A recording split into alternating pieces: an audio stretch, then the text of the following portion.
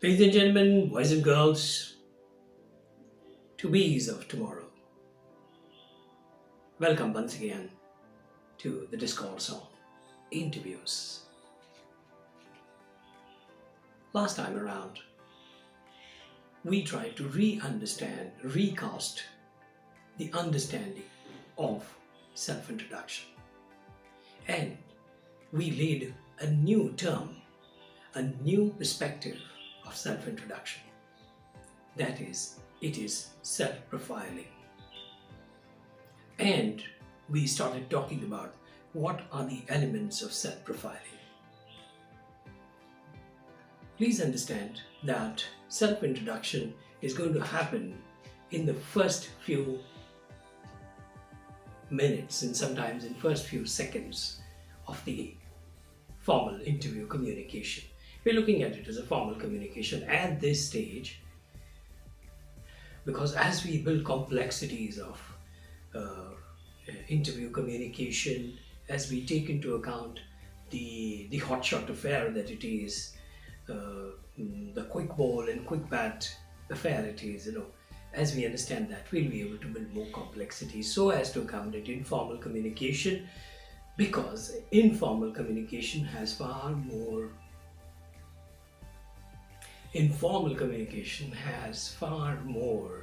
game playing in it.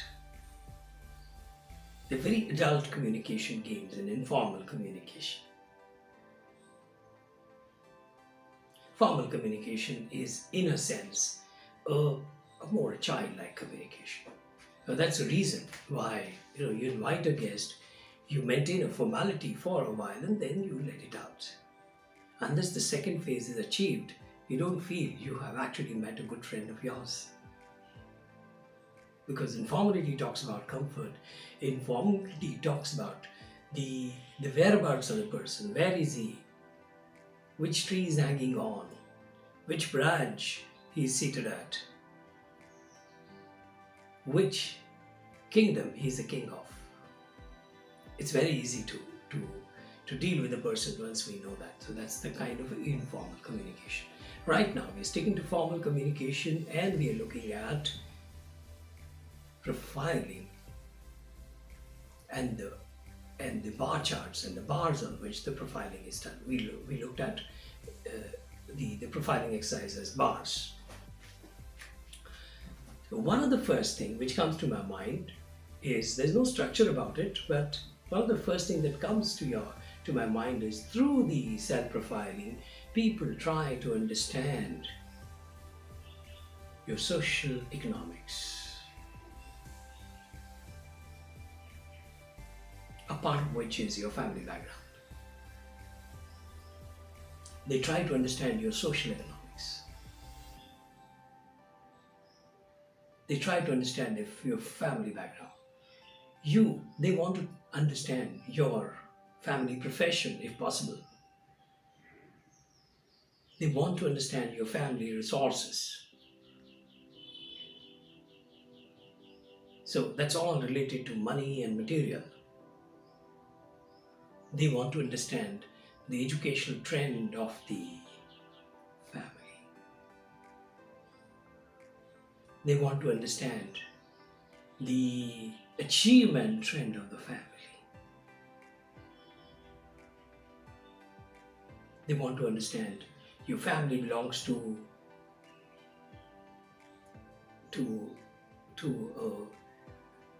business culture, sporting culture, educational culture, social culture, philanthropic culture.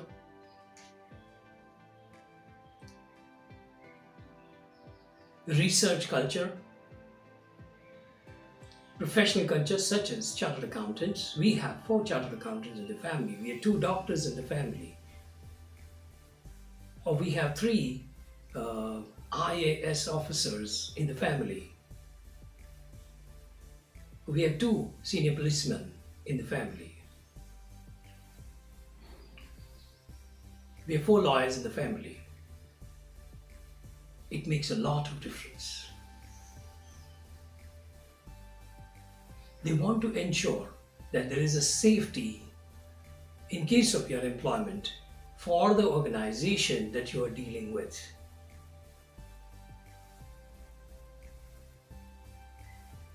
There is a safety for the organization that you're dealing with.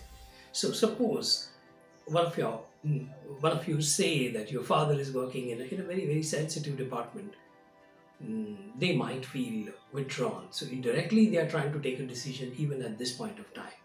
In fact, by virtue of you doing the first profiling, okay, they have already started working on a line. So there you are. That gives you a chance. That gives you a chance to direct the flow of communication when you enter the next phase. And I strongly believe that interviewee is as much a driver as interviewer is of the course called interview, the journey called interview. Is as much a decision maker as the interviewer is. Many times the interviewer is desperately depending on you to say something that makes him make his decision. Otherwise, his fulcrum is constantly going up and down, up and down. Somebody is very good, no, he's too good, so we don't want to have him. Somebody is too docile, oh, he's too docile, we don't want to have him. No, he's too docile, he'll fit. Departments, there are a lot of stress. We don't want excited people in those organizations.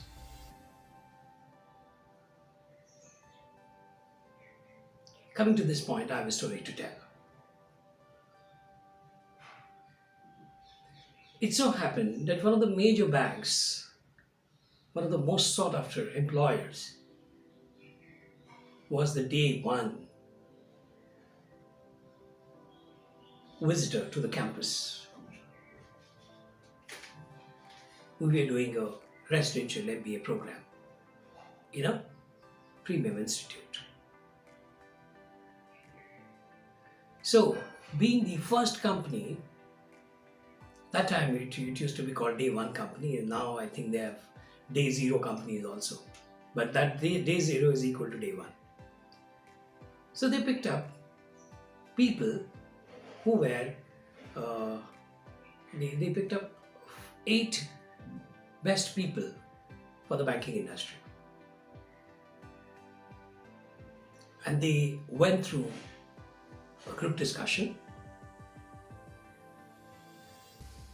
I really don't know how many interviewers have been formally trained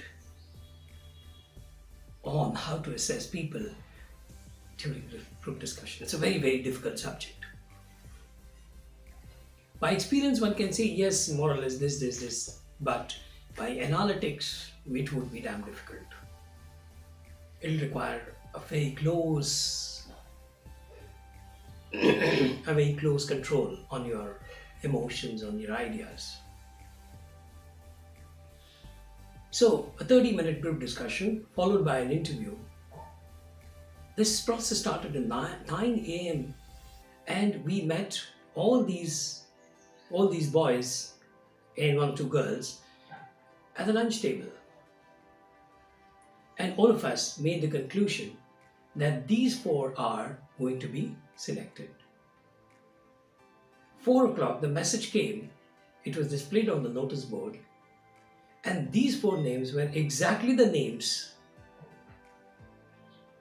which we had not selected over the lunch table discussions. We are all mini managers by then, isn't it? We would finish this program in just a couple of months. We are all in the decision making, we're wearing the decision making hat already. So those 4 we had thought would be in were out, and those 4 we had thought were in the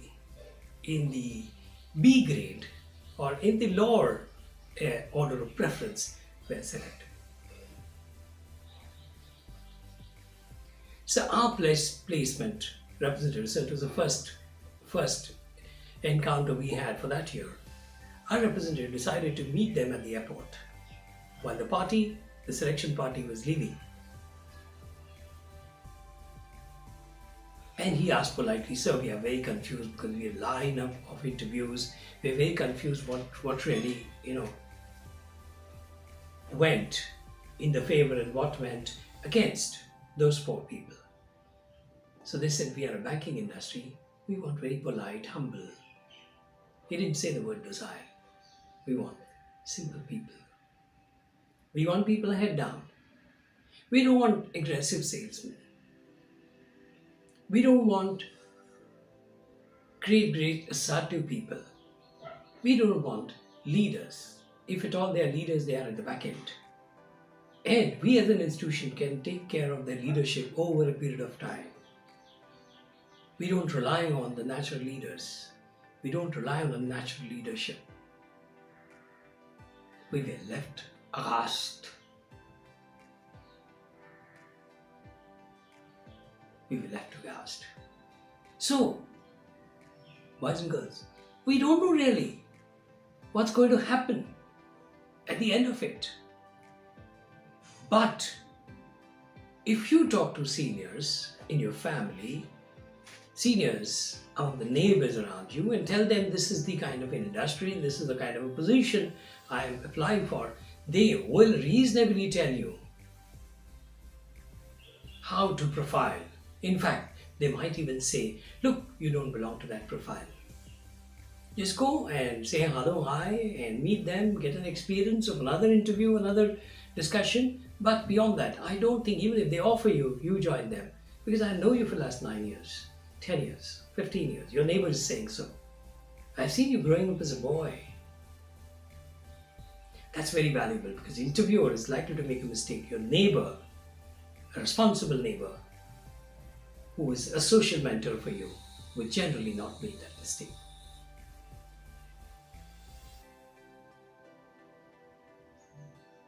So profiling is very important, very, very important. There are people who are fit only for, let's say, transportation industry. There are people who are fit for aviation industry. Let's say you talk about crew members, a lady crew member. Aviation industry, yeah, you require an outwardly personality, you require a service orientation, you require confidence, you require a self-security. That's for aviation. Look at the fashion industry. There must be some people who will go from fashion industry to aviation industry and from aviation industry to fashion industry just to think about one factor of looks and sophistication and the natural personality disposition to meet people, to communicate with people. Suppose we look at only one factor, yet there is a crossroad. Some people from aviation must seek an assignment in fashion industry, modeling industry. Some people from modeling industry must seek an urgent change, probably look at aviation industry as a serious detour. Eventually leading to a good career in that industry. So profiling is very, very critical. Now, we are not looking at detailed profiling such as me knowing myself, hours and hours of meditation and self-talk with myself. I'm not talking yet of that. We are too early. We are in the first 1 or 2 minutes of the discussion, in the interview, in the formal interview. This phase is first 1 or 2 minutes. But I'm trying to put in your mind the importance of self-profiling. It is equally good for you to select yourself or reject yourself for that. Because all the industries are industries and they require very specific manpower. We're looking at professionals. All the time we are looking for professionals. So there'll be accounting professional also. There'll be a logistic professional also. There'll be a godowning professional also. There's a security professional also. A transportation related security is a different ball game altogether. A chemical industry security is a very different ball game. The consumer product security industry is a different ball game. So we don't want to suddenly start playing hockey instead of cricket and cricket instead of football and badminton instead of tennis. We don't want to do that. It's pleasurable to touch a racket once in a while, a change in the handle, change in the weight, change in the size, change in the way you deliver. It's good for a change, but that's not what professional commitment is about.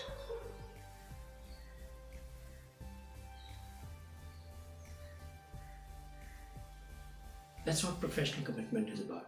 So please treat the idea of self-profiling as a very critical conduit to the next stage of interview. With that, may I sign off for this episode. See you again, ladies and gentlemen, boys and girls, and to bees of tomorrow. Wish you all the best. Take care.